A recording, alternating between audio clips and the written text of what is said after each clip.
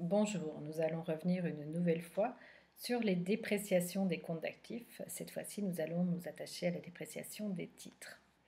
Les titres, rappelons-le, titres de participation, actions, sont des éléments qui sont achetés avec un cours coté en bourse ou une valeur d'utilité.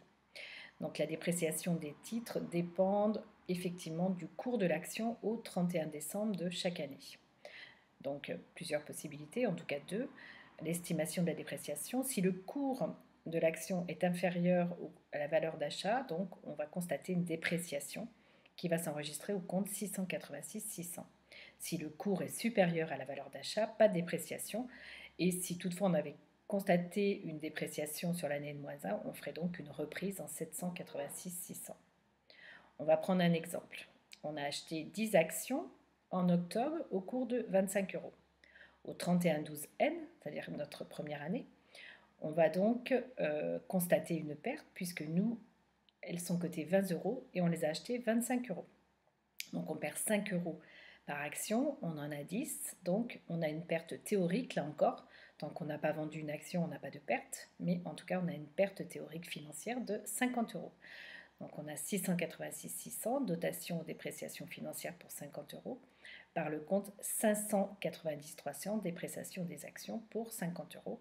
Rappelons que le compte action à l'achat était au compte 503, donc 9 comme on a vu précédemment, en deuxième position. L'année suivante, au 31-12 N plus 1, on a donc le cours qui est passé à 15 euros. Donc cette fois-ci, la dépréciation est plus importante.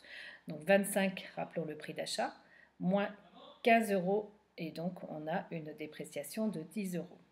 10 euros multipliés par 10 actions, on aurait donc une dépréciation de 100 euros pour la totalité depuis le départ. Mais rappelons que l'année dernière, on a déjà constaté une dépréciation. Donc on a une dépréciation de 100 euros pour cette année. Là encore, 686 600 à 590. Si on prend nos dépréciations cumulées depuis l'origine, on est donc à 100 euros. En N plus 2, le cours a dépassé le prix d'achat. Il est passé à 30 euros. Donc cette fois-ci, on n'a plus lieu de constater de dépréciation puisque notre valeur d'action est supérieure. Donc au 31-12 N plus 2, on fait donc une reprise de la totalité des dépréciations qu'on a pu cumuler jusqu'à présent. Donc 590 300 dépréciation des actions, cette fois-ci on annule ce qu'on avait pu faire les années précédentes, et par le 786 600, reprise des dépréciations financières pour 100 euros.